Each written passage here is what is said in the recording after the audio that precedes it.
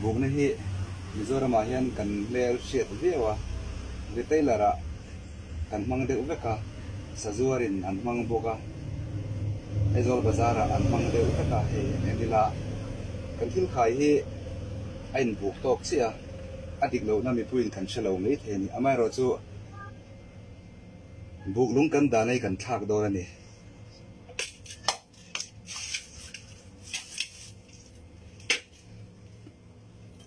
ama in buk tok chia kha tuna chun a in buk tok talo ni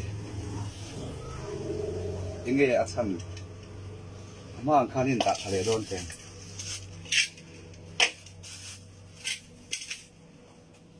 hian in buk tok le sian ni ngatinge a chan kan ti chuan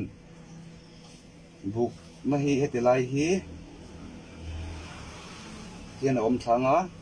tilai a phe hi in chen tur ni a in buk tok lo na chan su tuna hian ein buk tok chi ama ro chu kan thak chi khan in buk tok talo ni tilai hi pakhat hi an volu ta lai hi pakhat hi an vo achhin ni chu zoram mi hi na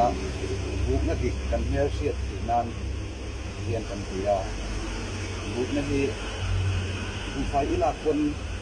an bun a ti ten ti en don chuan tilai hi an vo aren lai an volu ten ti hin en thian la buk lung hi an vuak lu lam panga hian an da tlang tu china chu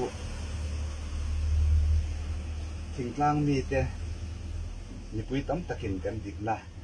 chanvo hi sumlong hoi me che sak china chu nipui kan harnan hian buk na dik le dik lo hi kan hriat theinan ke manin kan ke de to me don ya